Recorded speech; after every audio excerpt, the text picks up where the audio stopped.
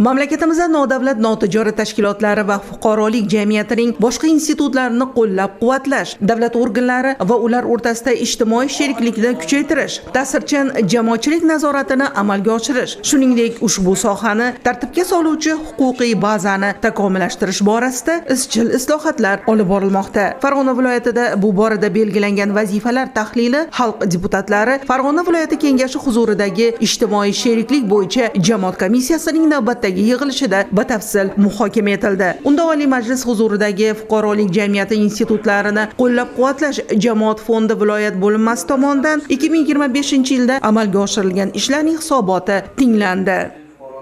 Ta'sirchan jamoatchilik nazoratini amalga oshirish, ushbu sohada amalga oshirilayotgan islohotlarni huquqiy bazasini takomillashtirish bo'yicha izchil ishlar olib borilmoqda.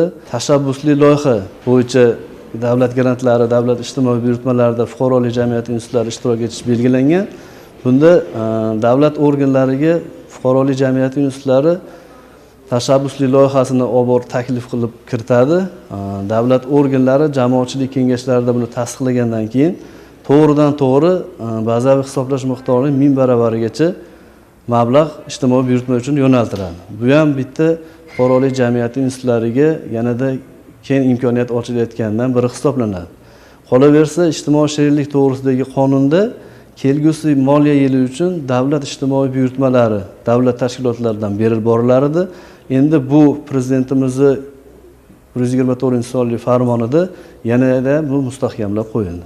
Yig'ilishda jamoat fondi tomonidan 2025-yilda moliyaviy qo'llab-quvvatlash doirasida subsidiya olgan tashkilotlar vakillarining axborotlari tinglandi. 2026-yil mahallani rivojlantirish va jamiyatni yuksaltirish yili davlat dasturi muhokamasi bo'yicha jamoat komissiyasi a'zolarining takliflari berildi.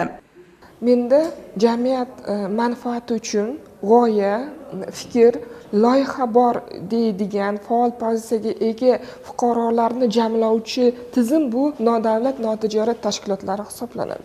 Aynan bu tizim jamiyatga, davlatga, xalqqa qanday manfaat beradi? Albatta bu birinchi navbatda xalqni, fuqarolarni ovozini, dardini davlatga yetkazuvchi ko'prik.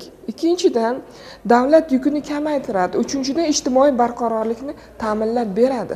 Aynan mana shu masala bo'yicha o'tgan yillar davomida Farg'ona viloyatida amalga oshirilgan ishlarning sarhisobi bu uchun yig'ildik va o'tgan yilgidan kelib chiqqan holatda kamchiliklar, muammolar ustida ishlashni o'z oldimizga belgilab oldik jamoat komissiyasi va bunda ustuvor masala joylardagi, hududlardagi eng og'riqli muammolarni tahlillar orqali o'rganib chiqish va aynan shu muammolarga yo'naltirilgan loyihalarni berish va loyihalar ustida ishlash masalasida kelishib olindi.